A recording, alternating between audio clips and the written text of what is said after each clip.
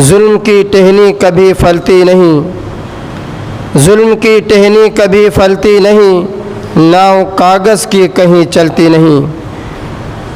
محترم حضرات، سب سے پہلے ہم اللہ رب العالمین کی تعریف، توصیف، بڑائی اور بزرگی بیان کرتے ہیں۔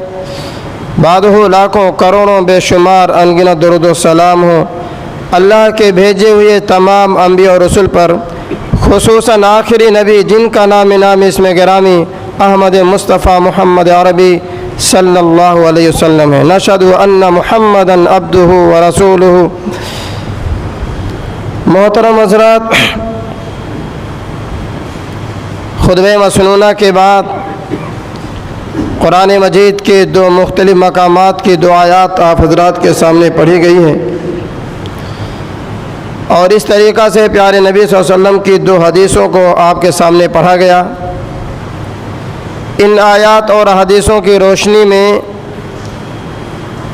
آج کا جو ہمارا موضوع ہے وہ یہ ہے کہ ہم ملک کے موجودہ حالات میں کیا کریں، اب ہم کو کیا کرنا چاہیے۔ محترم حضرات، آج جو ملک کے حالات ہیں اور جو میڈیا اور سوشل میڈیا کے ذریعہ سے ہم دیکھتے اور محسوس کرتے ہیں، بڑا ہی سنگین، پرخطر اور نازک مرحلے میں اور نازک موڑ پر ہم اور آپ کھڑے ہیں۔ جیسا کہ ہم تمام لوگوں کو آئے دن نئے نئے واقعات، نئے نئے حادثات اور نئے نئے منظر ہمیں اپنے آنکھوں کے سامنے دکھائی دیتے ہیں، تو ایسے دور میں، ایسے ماحول میں ہم تمام لوگوں کو کیا کرنا چاہیے؟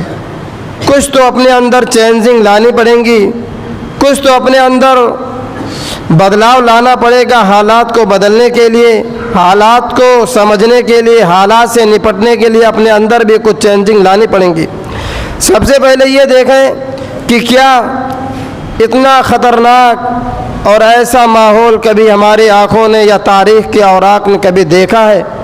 محترم حضرات، آپ قرآن مجید کو پڑھیں گے، اللہ رب العالمین نے ہماری اور آپ کی پیدائش کا جو مقصد بتلایا ہے وہ اپنی عبادت بتلایا ہے، کہ اللہ تعالیٰ نے فرمایا کہ ہم نے انسانوں اور جناتوں کو صرف اپنی عبادت کے لیے پیدا کیا ہے، اور اس عبادت کے ساتھ انسانی زندگی کے ساتھ اللہ تعالیٰ نے دکھ، سکھ، پریشانی، چین، صحت اور تندرستی کے ساتھ بیماری، ابتلاء اور آزمائش کے ساتھ خوشگوار اور امن و سکون کا ماحول اللہ تعالیٰ نے پیدا کیا ہے۔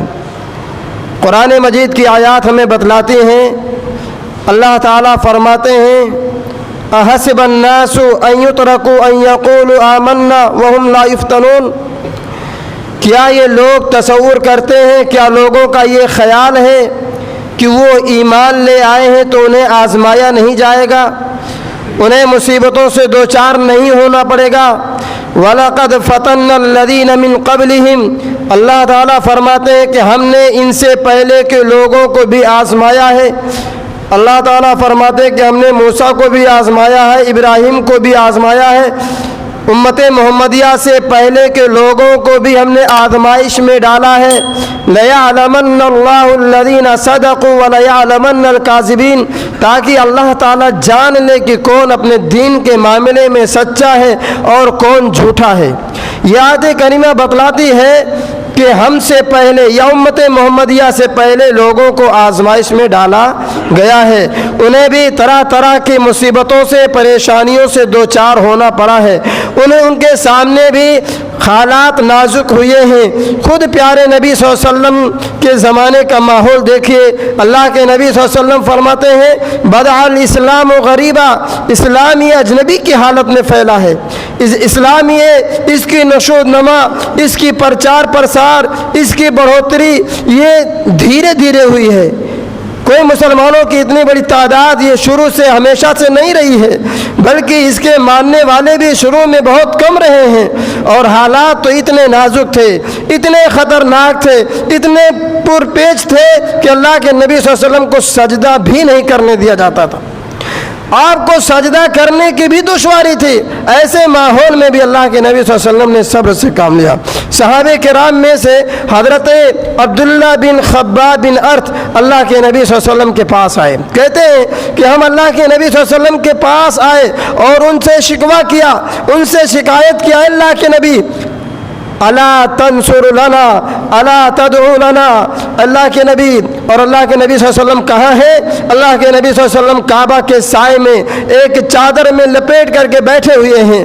یہ صحابی کہتے ہیں ہم اللہ کے نبی کے پاس آئے وَهُوَ مُتَوَسِّدٌ بُرْدَةً لَهُ، اور نبی ایک چادر میں لپیٹ کر کے فی ظل الکعبہ، کعبہ کے سائے میں بیٹھے ہوئے ہیں اور کہتے ہیں الا تنصر لنا الا تدعو لنا، اے اللہ کے نبی آج آپ ہماری حالت نہیں دیکھ رہے ہیں، مسلمانوں کو کیسا ستایا جا رہا ہے، مسلمانوں کو دین سے بیزار اور دین کو برگشتہ کرنے کے لیے، دین سے روکنے کے لیے کیسی تکلیفوں کا سامنا کرنا پڑ رہا ہے، کیسی تکلیفیں برداشت کرنی پڑ رہی ہے۔ اے اللہ کے نبی کیا آپ اللہ سے ہمارے لیے مدد نہیں طلب کریں گے؟ الا تدعو لنا، اے اللہ کے نبی کیا آپ ہمارے لیے اللہ سے دعا نہیں کریں گے؟ اللہ کے نبی صلی اللہ علیہ وسلم صحابی کے اس جملہ کو سن کر کے ذرا آپ کا چہرہ بدل گیا۔ اللہ کے نبی صلی اللہ علیہ وسلم نے فرمایا تم اتنی سی مصیبت میں گھبرا گئے، اتنی سی پریشانی سے تم اکتا گئے، ارے تم سے پہلے کے لوگوں کو تو زندہ زمین میں گاڑ دیا گیا، تم سے پہلے کے لوگوں کو لوہے کی کنگھیوں سے ان کے ہڈیوں سے گوشت کو نوچ کر الگ کر دیا گیا، لیکن وہ لوگ دین کو نہیں چھوڑا۔ تم سے پہلے کے لوگوں کو تو آری سے دو حصے کر دیا گیا، آری سے چیر دیا گیا، لیکن ما یصرفہ ذالک عن دینہ، لیکن اس کے باوجود بھی، آری سے چیرے جانے کے باوجود بھی، لوہے کی کنگھیوں سے ان کے ہڈیوں سے گوشت کو الگ ہونے کے باوجود بھی وہ دین سے الگ نہیں ہوئے، دین سے وہ لوگ برگشتہ نہیں ہوئے، دین سے پلٹے نہیں۔ اور یاد رکھو وہ زمانہ بھی آئے گا کہ تم دیکھو گے اللہ اپنے وعدے کو پورا کرے گا، ایک سوار ثنا سے حضرہ موت تک جائے گا اور اس کو کسی چیز کا خوف نہیں ہوگا۔ یہ تاریخ کے اوراق نے دور دیکھ لیے ہیں۔ تو محترم حضرات، آیت کریمہ اور حدیثوں سے یہ بات معلوم ہوتی ہے کہ ہم نبی کے ماننے والے، ہم نبی کا کلمہ پڑھنے والے، ہم نبی کے امتی، پہلے کے لوگوں پر بہت ہی برا دور گزرا ہے، برے حالات اور منظر سے ان کا سامنا کرنا پڑا ہے، لیکن سوال یہ کہ کرنا کیا چاہیے؟ ہم تمام لوگوں کو نئے تدابیر کیا کرنے ہوں گے؟ کیا کرنا چاہیے؟ ہمارا عملی اقدام کیا ہونا چاہیے؟ سب سے پہلی چیز اللہ رب العالمین کی رحمت سے مایوس نہیں ہونا چاہیے، اللہ کی رحمت سے مایوس نہ ہو۔ یاد کرو حضرت یعقوب علیہ السلام کو بچپن میں ان کے بیٹے یوسف کو ان سے جدا کر دیا گیا، تھوڑا اور زمانہ گزرا، وہ یوسف جنہیں یاد کر کے حضرت یعقوب علیہ السلام بار بار یاد کرتے ہیں اور اللہ تعالیٰ سے اپنے پریشانی اور غم کو انما اشکو بسی وحزنی اللہ کہتے ہیں، ہم اپنی مصیبت اور پریشانی کو اللہ کے سامنے پیش کرتے ہیں، صبر سے کام لیا، بار بار یاد کرتے ہیں۔ یعقوب کے اور بیٹے کہتے ہیں کیا آپ بار بار یوسف کو یاد کرتے ہیں؟ تھوڑا اور زمانہ گزرا، یوسف علیہ السلام مصر کے بادشاہ اور عزیز بن گئے، یہ بھائی بنیامین کو لے کر کے جاتے ہیں، یوسف علیہ السلام پہچان لیتے ہیں، بنیامین کو روک لیا جاتا ہے، وہ لوگ اپنے باپ کے پاس آتے ہیں اور باپ سے کہتے ہیں کہ آپ کے بیٹے نے چوری کی ہے، میں کیا کروں؟ یوسف علیہ السلام کے والد محترم حضرت یعقوب علیہ السلام ایک بار پھر غمگین ہوتے ہیں اور اپنے بیٹوں سے کہتے ہیں کہ اے میرے بیٹو، یا بنی اذهبوا فتحسسوا من یوسف واخیہ ولا تیأسوا من روح اللہ انہ لا ییأس من روح اللہ الا القوم الکافرون۔ اللہ تعالیٰ فرماتے ہیں سورہ یوسف کے اندر 182 اور 83 کے اندر اللہ تعالیٰ فرماتے ہیں، یوسف علیہ السلام، سورہ یوسف کے اندر اللہ تعالیٰ فرماتے ہیں یعقوب علیہ السلام نے اپنے بیٹوں سے کہا اے میرے بیٹو اے میرے بیٹو جاؤ یوسف علیہ السلام کو تلاش کرو، اس کے بھائی کو تلاش کرو، تلاش جاری رکھو، تلاش کرنے میں پیچھے نہ ہٹو۔ ولا تیأسوا من روح اللہ، اللہ کی رحمت سے مایوس نہ ہو، اللہ کی رحمت سے نا امید نہ ہو۔ انہ لا ییأس من روح اللہ، اللہ کی رحمت سے وہی لوگ مایوس ہوتے ہیں جو کافر ہیں، جو اللہ پر ایمان نہیں لائے ہیں، جن کا اللہ پر ایمان نہیں ہے، وہی لوگ اللہ کی رحمت سے مایوس ہوتے ہیں۔ تو محترم حضرات، ہم تمام لوگ تو اللہ کو ماننے والے ہیں، ہمارا اور آپ کا ایمان تو اللہ رب العالمین پر ہے، ہم تو کافر نہیں ہیں۔ ہمیں اللہ کی ذات سے، اللہ کی رحمت سے نا امید نہیں ہونا ہے، مایوس نہیں ہونا ہے۔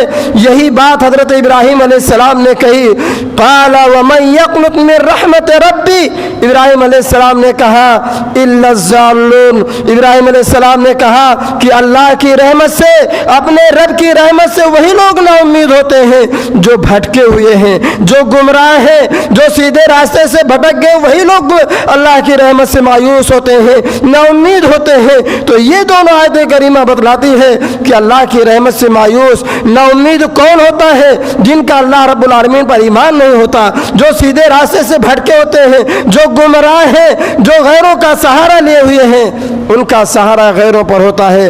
ہمارا ایمان تو اللہ رب العالمین پر ہے، ہم تو نبی کے ماننے والے ہیں، نبی کا کلمہ پڑھنے والے ہیں، اس لیے ہم تمام لوگوں کو چاہیے کہ اللہ کی رحمت سے نا امید نہ ہو۔ دوسری بات یہ ہے کہ ہمیشہ اپنے مائنڈ اور دماغ کو پازیٹیو رکھنا چاہیے، مثبت سوچ رکھنی چاہیے۔ ہمیشہ ہر خبروں کو شیئر نہیں کرنا چاہیے۔ آج ہم صبح اٹھتے ہیں، سوشل میڈیا کھولتے ہیں، دیکھتے ہیں، اور حالات ایسے ایسے واقعات سامنے آتے ہیں، ایسا معلوم ہوتا ہے کہ بے چین ہو جاتے ہیں اور سوچتے ہیں کہ مسلمانوں پر کیسا زمانہ آ گیا، کیسا وقت آ گیا، کیسے دو چار ہو رہے ہیں، کس کے گھروں کو بلڈوزر چلایا جا رہا ہے، کسی کے گھروں کو گرایا جا رہا ہے، کئی مسلمانوں کو مار دیا جا رہا ہے، کئی امام کو قتل کر دیا جا رہا ہے۔ دیکھ کر کے دل بےتاب ہو جاتا ہے، دل تڑپ جاتا ہے، اور ہم ہر خبر کو نشر کرتے رہتے ہیں، شیئر کرتے رہتے ہیں۔ ہر خبر کو شیئر نہیں کرنا چاہیے۔ اللہ تعالیٰ نے فرمایا وَإِذَا جَاءَهُمْ أَمْرٌ مِّنَ الْأَمْنِ أَوِ الْخَوْفِ أَذَاعُوا بِهِ وَلَوْ رُدُّوهُ إِلَى الرَّسُولِ وَإِلَى أُولِي الْأَمْرِ لَعَلِمَهُ الَّذِينَ يَسْتَنبِطُونَهُ مِنْهُمْ۔ اللہ تعالیٰ فرماتے ہیں مدینہ کے یہودیوں کے بارے میں کہ جب انہیں کسی معاملے کا پتہ ہوتا، کوئی پلان پتے ہوتے، کسی جنگ کے حالات سے باخبر ہوتے، تو وہ لوگ خبر کو نشر کر دیتے تھے۔ خبر کو نشر کر دینا، آج سوشل میڈیا کو دیکھیے، دل بےتاب ہو جا رہا ہے اور ہم سوچتے ہیں کہ کس قدر بے چینی کے عالم میں ہیں، لیکن اپنے سماج اور معاشرے میں دیکھیں، نمازیں بھی پڑھنے کا موقع مل رہا ہے، سکون سے ہیں، چین سے ہیں، ہندو مسلم ساتھ میں ہیں، کوئی پریشانی نہیں ہے۔ اس لیے ہم تمام لوگوں کو اور خبروں کو دیکھ کر کے بے چین نہیں ہونا چاہیے، اللہ کے اور ہر خبروں کو، منفی خبروں کو شیئر بھی نہیں کرنا چاہیے۔ اللہ تعالیٰ نے مدینہ کے یہودیوں کے بارے میں خبر دیا ہے کہ یہ لوگوں کی عادت تھی، کوئی بھی خبر ہوتی تھی نشر کر دیتے تھے، پھیلا دیتے تھے، پرچار کر دیتے تھے۔ اللہ تعالیٰ فرماتے اگر ایسی کوئی خبر آ رہی ہے، اگر ایسی کوئی خبر آئے لو ردوہ الی الرسول و الی اولی الامر من، تو ان معاملات کو رسول کی طرف لوٹا دو یا صاحب اقتدار اور حکمران کے پاس لوٹا دو، تاکہ جو تہ تک علم رکھنے والے ہیں، جن کے بارے میں باریکی سے علم ہے، جو تہ تک پہنچنے والے ہیں، وہ اس معاملے کو جان جائیں گے، اس سے بہتر سمجھ پائیں گے۔ تو محترم حضرات، ہم تمام لوگوں کو ہر خبر نشر نہیں کرنا چاہیے، ہم تمام لوگوں کو اپنی نظریں ذرا سوشل میڈیا سے ہٹانا چاہیے امن و سکون پانے کے لیے۔ اور تیسری بات یہ ہے کہ اللہ رب العالمین پر بھروسہ رکھنا چاہیے، یہ بہت بڑی چیز ہے۔ اللہ پر بھروسہ یہ بہت بڑی چیز ہے۔ اللہ تعالیٰ نے قرآن مجید کے اندر ایسا نقشہ کھینچا ہے، ارشاد فرمایا سورہ انفال کے آیت نمبر 30 کے اندر وَإِذْ يَمْكُرُ بِكَ الَّذِينَ لِيُثْبِتُوكَ أَوْ يَقْتُلُوكَ أَوْ يُخْرِجُوكَ وَيَمْكُرُونَ وَيَمْكُرُ اللَّهُ وَاللَّهُ خَيْرُ الْمَاكِرِينَ۔ اللہ تعالیٰ فرماتے ہیں یاد کرو اے نبی اس وقت کو جب یہ کفار مکہ ندوہ کے اندر، دارالندوہ کے اندر میٹنگ کر رہے تھے، ان کی پلان چل رہی تھی. کیا پلان تھا؟ کیا اہمیتی تھی کفار مکہ کا، کفار قریش کا؟ کہ کوئی ایسی چال چلی جائے جس سے یہ نبی یا محمد یا آخری نبی کا دعویٰ کرنے والے کا مشن مٹ جائے، ختم ہو جائے. کسی نے کہا کہ ان کو قید کر دیا جائے، جیل میں ڈال دیا جائے، قید خانے میں ڈال دیا جائے. کسی نے کہا کہ ان کو مکہ سے دربدر کر دیا جائے، شہر بدر کر دیا جائے.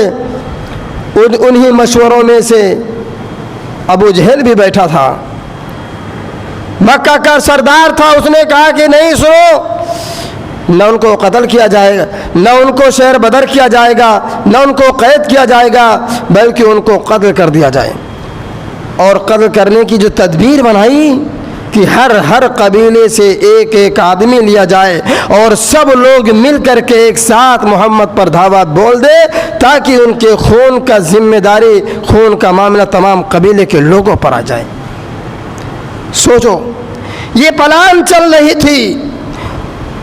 اور شیطان بھی ایک بوڑھے آدمی کی شکل میں داڑھی رکھے ہوئے ان کے پاس موجود تھا. اور یہ ابو جہل کے رائے کو تائید کیا، کہا کہ یہ سب سے بہتر رائے ہے، اسی رائے کو مان لیا جائے. اور نبی صلی اللہ علیہ وسلم کے گھر کو کفار قریش نے گھیر لیا، چاروں طرف سے گھیر لیا. اللہ تعالیٰ فرماتے ہیں وَإِذْ يَمْكُرُ بِكَ الَّذِينَ كَفَرُوا، ان لوگوں نے جنہوں نے کفر کیا، جنہوں نے ایمان نہیں لائے، انہوں نے جو پلان بنایا، جو تدبیر رچی، جو چالیں چلی، لِيُثْبِتُوكَ، تاکہ آپ کو قید کر دیں، او یخرجوکا، یا آپ کو مکہ سے نکال دیں، او یقتلوکا، یا آپ کو قتل کر دیں. وَيَمْكُرُونَ، یہ لوگ بھی تدبیر چل رہے تھے، یہ لوگ بھی پلان بنا رہے تھے. واللہ یمکر، اللہ تعالیٰ فرماتے ہیں یہ لوگ تدبیر چل رہے تھے، پلان بنا رہے تھے، اور اللہ رب العالمین بھی اپنی تدبیر کر رہا تھا. واللہ خیر الماکرین، اور اللہ بہترین تدبیر کرنے والا ہے. اللہ کی تدبیر سب سے بہتر ہے، اللہ کی تدبیر بہت اچھی ہے. اور اللہ نے ایسی تدبیر چلی کہ اللہ کے نبی صلی اللہ علیہ وسلم کفار قریش کی آنکھوں کے سامنے چلے گئے اور ان کو کان بھی پتہ نہیں، سب کے سب اندھے ہو گئے. تو یہ اللہ رب العالمین پر ہوتا. یہ ایک واقعات ایسے نہیں ہیں، بہت سارے واقعات. آپ سوچو، حضرت ابراہیم علیہ السلام کو آگ میں ڈالا گیا. ابراہیم علیہ السلام کے زمانے کے لوگوں نے کیا کہا؟ حرقوہ وانصروا آلیہتکم، ابراہیم کو آگ میں جلا دو، اپنے معبودوں کی مدد کرو. ان کنتم فاعلین، اگر کچھ کرنا چاہتے ہو، اگر کوئی قدم اٹھانا چاہتے ہو ابراہیم کے خلاف، تو یا تو انہیں آگ میں جلا دو اور اپنے معبودوں کی مدد کرو. قلنا یا نار کونی بردا وسلاما علی ابراہیم. اللہ تعالیٰ فرماتے ہیں کہ ہم نے ابراہیم کے لیے کہا کہ اے آگ ابراہیم کے لیے ٹھنڈی اور سلامتی والی ہو جا. اور اللہ تعالیٰ آگے فرماتے ہیں وَأَرَادُوا بِهِ كَيْدًا، ان لوگوں نے چال چلی. فَجَعَلْنَاهُمُ الْأَخْسَرِينَ، لیکن ان کے چال کو، ان کی تدبیر کو، ان کے پلان کو ہم نے ناکام کر دیا. ان کی ساری تدبیر بیکار ہو گئی، برباد ہو گئی، کچھ کام نہ آئی. اور ابراہیم علیہ السلام آگ سے بھی زندہ اور صحیح سالم نکل آئے. یہ ایک واقعہ ہے. موسیٰ علیہ السلام جا رہے ہیں اپنے قوم کو لے کر کے، پیچھے فرعون کا لشکر ہے. آپ سوچو کہ کتنا سنگین مرحلہ رہا ہو، کتنا خطرناک معاملہ تھا کہ آگے موسیٰ علیہ السلام ہے اور ان کے ماننے والے ہیں، پیچھے فرعون اس کا بڑا لشکر ہے.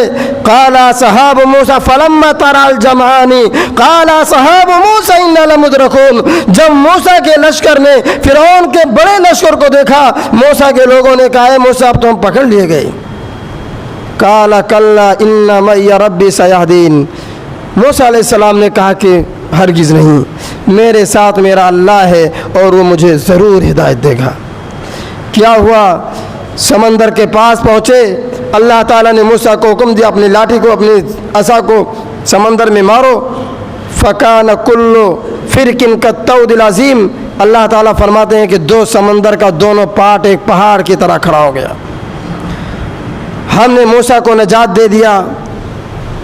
وَأَزْلَفْنَا الْآخِرِينَ، اور فرعون کو سمندر سے قریب کیا اور ان کو سمندر کے اندر غرق کر دیا. یہ اللہ رب العالمین کی تدبیر ہے۔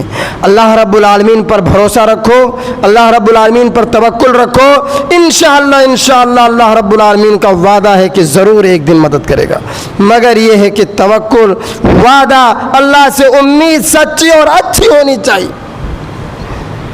چوتھی چیز، صبر کا دامن نہ چھوڑیے۔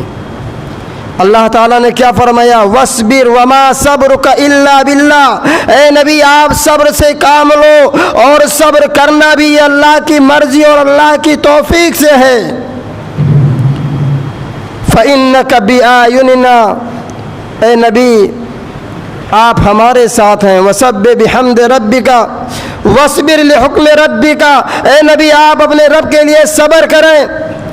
فَإِنَّكَ بِأَعْيُنِنَا، اے نبی آپ ہماری آنکھوں کے سامنے ہیں۔ اور دوسری سورہ کے اندر اللہ تعالیٰ نے فرمایا وَاصْبِرْ، سورہ نحل کے اندر وَاصْبِرْ وَمَا صَبْرُكَ إِلَّا بِاللَّهِ، اے نبی آپ صبر سے کام لو، صبر سے کام لو، اور یہ آپ کا صبر، یہ آپ کو جو صبر آتی ہے یہ اللہ کی توفیق سے ہوتی ہے۔ وَلَا تَحْزَنْ عَلَيْهِمْ، اور جو لوگ ایمان نہیں لائے ان پر غم بھی مت کیجیے۔ وَلَا تَكُ فِي ضَيْقٍ مِّمَّا يَمْكُرُونَ، اور اے اللہ کے نبی یہ جو لوگ تدبیر کر رہے ہیں، یہ جو پلان کر رہے ہیں، ان کے بارے میں آپ اپنے دل کو تنگ بھی مت کیجیے، اپنے دل کو تنگ مت کیجیے۔ ان اللہ مع الذین اتقوا والذین هم محسنون، اور جو لوگ اللہ رب العالمین سے ڈرتے ہیں، تقوی اختیار کرتے ہیں، اللہ ان کے ساتھ ہے، اور جو نیکی کے کام کرتے ہیں، خیر اور بھلائی کا کام کرتے ہیں، اللہ ان کے ساتھ بھی ہے۔ صبر کا معنی ہم کیا سمجھتے ہیں؟ برداشت کر لینا۔ صبر کا معنی ایک یہ بھی ہے مسلمانوں کہ دکھ میں ہو، پریشانی میں ہو، امیری میں ہو، غریبی میں ہو، دکھ میں ہو، پریشانی میں ہو، تندرستی میں ہو یا بیماری میں ہو، جس حال میں بھی ہو اللہ رب العالمین کے بندے بن کر کے رہیں، گناہ اور نافرمانی کے ناکام کام نہ کریں۔ بہت سارے لوگ ہوتے ہیں جو اپنے غریبی میں تو صبر کر لیتے ہیں، صبر کا دامن غریبی میں تھامے رہتے ہیں، لیکن جب اللہ رب العالمین انہیں نواز دیتا ہے ناشکرے بن جاتے ہیں، وہ اپنے صبر کو برداشت نہیں کر پاتے ہیں۔ بہت سارے لوگ ایسے ہوتے ہیں جو امیری میں صبر نہیں کر پاتے، غریبی میں صبر کرتے ہیں، جو بہت سارے لوگ امیری میں صبر کرتے ہیں، غریبی میں صبر نہیں کر پاتے۔ تو صبر کا دامن ہمیشہ تھامے رہیے، کیوں؟ یہ صبر بھی بہت بڑی چیز ہے۔ اگر یہ صبر بزدلی کا نام ہوتا، سستی اور کاہلی کا نام ہوتا، تو اللہ رب العالمین اپنے نبی کو ایسے ماحول میں اور ایسے حالات میں صبر کی تلقین نہ کرتا جبکہ آپ کو سجدہ بھی کرنے کے لیے روکا جا رہا تھا، آپ کو کھلے آسمان کے نیچے خانہ کعبہ کے اندر سجدہ بھی نہیں کرنے دیا جا رہا تھا۔ ایسے ماحول میں، ایسے پریشانی میں اللہ رب العالمین صبر کرنے کا حکم دے رہا اپنے نبی کو۔ اس کا مطلب یہ ہے کہ صبر یہ بہت بڑی طاقت ہے، صبر کرنے والوں کے ساتھ اللہ رب العالمین ہے، مگر صبر کا مطلب اللہ کے نیک بندے، اللہ کے اطاعت اور فرما بردار بندے بن کر کے زندگی گزار، ورنہ جس کے پاس صبر کی طاقت نہ ہو، صبر کی قوت نہ ہو تو کلیجہ پھٹ جائے۔ ایسے ایسے ماحول، ایسے ایسے منظر آنکھوں کے سامنے آتے ہیں کہ اگر ہمارے دل میں صبر نہ ہو تو کلیجہ پھٹ جائے۔ آدمی کے اندر اگر صبر نہ ہو تو آدمی بے موت مر جائے۔ لیکن یہ صبر بھی بہت بڑی طاقت اور بہت بڑی دولت ہے، اس لیے ہم تمام لوگوں کو صبر کرتے ہوئے اللہ رب العالمین کا دامن مضبوطی سے تھام کر کے رکھنا چاہیے، اور ایک متحد اور اتحاد و اتفاق کے ساتھ رہنا چاہیے۔ آپ غور کرو، اللہ کے نبی صلی اللہ علیہ وسلم فرماتے ہیں ید اللہ علی الجماع، اللہ کا ہاتھ جماعت کے اوپر ہے، اللہ کا ہاتھ اتحاد اور متحد ہونے پر ہے، اور جو جماعت سے الگ ہوتا ہے، جو اپنے آپ کو الگ کرتا ہے، اللہ کے نبی فرماتے ہیں اس کو شیطان اچک لیتا ہے۔ اس کی مثال ایسے ہے جیسے ایسی بکری جو کسی ریوڑ سے الگ ہو گئی ہو، اب اس کو چاہے کوئی بھیڑیا کھا لے، کوئی جانور کھا لے، کوئی فرق نہیں پڑتا۔ حضرت حذیفہ بن یمان رضی اللہ تعالیٰ عنہ کہتے ہیں اللہ کے نبی سے لوگ خیر کے بارے میں پوچھا کرتے تھے، اور ہم اللہ کے نبی صلی اللہ علیہ وسلم سے شر کے بارے میں پوچھا کرتے تھے کیا کہتے ہیں صحابی رسول کہتے ہیں کہ لوگ اللہ کے نبی سے اچھائی اور نیکی کے بارے میں سوال کرتے تھے اور ہم اللہ کے نبی سے فتنے اور برائی اور شر کے بارے میں پوچھا کرتے تھے. کہتے تھے اللہ کے نبی کیا ہم اسلام لانے سے پہلے تو شر میں تھے, برائی میں تھے, فتنے میں تھے, اب جب ہم ایمان لے آئے ہیں, جب اسلام لے آئے ہیں تو اللہ کے نبی کیا ہمیں اب بھی شر پہنچے گی, کیا اب بھی ہم فتنے میں مبتلا ہوں گے؟ اللہ کے نبی صلی اللہ علیہ وسلم نے فرمایا کہ ہاں, تمہیں اسلام لانے کے بعد, ایمان لانے کے بعد بھی تم آزمائے جاؤ گے, تمہیں برائیوں سے دو چار ہونا پڑے گا. تین بار صحابی رسول پوچھتے ہیں, اللہ کے نبی صلی اللہ علیہ وسلم فرماتے ہیں اللہ کے نبی بچنے کا چارہ کیا ہے؟ وہ کون لوگ ہیں؟ اللہ کے نبی صلی اللہ علیہ وسلم نے فرمایا قوم یستنون بغیر سنتی ویہدون بغیر ہدی. وہ ایسی قوم ہے جو ایسا طریقہ اور ایسا طریقہ اختیار کرتے ہیں جو میرے طریقے کے مطابق نہیں ہے, ایسے سنت پر چلیں گے جو میری سنت نہیں ہے, اور ایسے راستے پر ہدایت طلب کریں گے جو میرے ہدایت کا راستہ نہیں. وہ ایسی قوم کے لوگ ہیں جو جہنم کی طرف لوگوں کو بلائیں گے اور جنت سے دور کریں گے. تو اتحاد اور اتفاق کی طاقت اور قوت اپنے اندر پیدا کریں. محترم حضرات, موجودہ دور کے حالات سے نپٹنے کے لیے ایک چیز ضروری یہ بھی ہے کہ ہم تمام لوگوں کو اپنی کمیونٹی مضبوط کرنی چاہیے. آپ سوچو, اس سے خراب, اس سے برا وقت وہ دور رہا ہوگا 15 اگست 1947 کو. مجھے ایک واقعہ یاد آ رہا ہے کہ ایک لڑکے کا نکاح ہونا تھا اور نکاح ہونے کے لیے قاضی صاحب بیٹھ چکے تھے. کالم پر کیا جا رہا تھا, فارم بھرا جا رہا تھا. لڑکے سے باپ کا نام پوچھا گیا. لڑکے نے باپ کا نام نہیں بتلا پایا.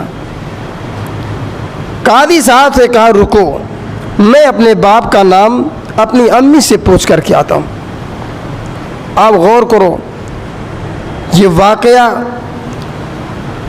آزادی کے دن کا ہے جب لوگ پاکستان جا رہے تھے. کہتے کہ وہ لڑکا دوڑا دوڑا اپنی ماں کے پاس آیا اور اپنی امی سے کہا کہ امی جان مجھے بتا دے میرے باپ کا نام کیا ہے, میرے پتا کا نام کیا ہے, بتا دے. ماں نے کچھ جواب نہیں دیا. جس طرح وہ ماں, وہ عورت اس کی دیر کرتی جا رہی تھی نام بتانے میں, اس لڑکے کا دماغ خراب ہوتا جا رہا تھا. اور اس بچے کو کیا پتا رہا ہوگا, وہ تو بچہ بچپن میں یتیم ہو گیا. تو اس کا دماغ خراب ہوتا جا رہا تھا, اس کا دماغ بدلتا جا رہا تھا, ماں پر غصے اتارتا جا رہا تھا. اور جو گھر میں عورتیں موجود تھی, شادی کا دن تھا, بہت ساری عورتیں بھی, مہمان بھی موجود تھی, اور ماں کا نام نہ بتانے کی وجہ سے ان لوگوں کا چہرے کا رنگ بھی بدلتا جا رہا تھا. معاملہ کیا ہے, یہ عورت بیٹے کے باپ کا نام کیوں بتلا نہیں پا رہی ہے؟ جب بہت زیادہ لان تان کیا, بہت زیادہ سرزنش کی, بہت زیادہ گالیاں سنی, تب اس ماں نے کہا کہ سنو, اس کی سچائی میں بتلاتی ہوں. آزادی کا دن تھا, لوگ پاکستان جا رہے تھے, تاریخ رات تھی, رات کے اندھیرے میں میں سفر کر رہی تھی, کیونکہ دن کے اندر سفر کرنا اس وقت دشوار تھا. جہاں لوگ پاتے تھے موت کے گھاٹ اتار دیتے تھے, میں رات کی تاریکی میں سفر کر رہی تھی. میرا گزر کچھ ایسے لوگوں کے پاس سے ہوا جہاں پر بہت سارے لوگوں کی لاشیں پڑی ہوئی تھیں, لوگوں کو زندہ مار دیا گیا تھا. انہی کے بیچ میں یہ بچہ, یہ معصوم بچہ جی رہا تھا. میں اس بچے کو اٹھایا اور آگے بڑھتی چلی گئی, یہاں تک کہ میں بچ گئی. اور اس بچے کو اس سے بچپنے سے میں نے پالا پوسا اور آج اس حالت میں پہنچ گیا ہے. اب بتاؤ میں اس بچے کے باپ کا نام کیا بتلاؤں؟ سوچو میں اس بچے کا نام اس بچے کے باپ کا نام کیا بتلاؤں؟ لوگ ڈاڑے مار کر کیا سبحانے لگے. سوچو اس وقت منظر کتنا خطرناک رہا ہوگا. یہ حالات تھے مسلمانوں, اس وقت بھی ایسے حالات نہیں تھے. تو ہم تمام لوگوں کو چاہیے کہ اپنی کمیونٹی, اپنی مادی, اپنی معاشی حالت کو بھی مضبوط کریں. جو مسلمان ہندوستان میں اس وقت باقی رہ گئے وہ اقلیت کے نام پر باقی رہ گئے کہ یہ کمزور ہیں, یہ اقلیت میں ہیں.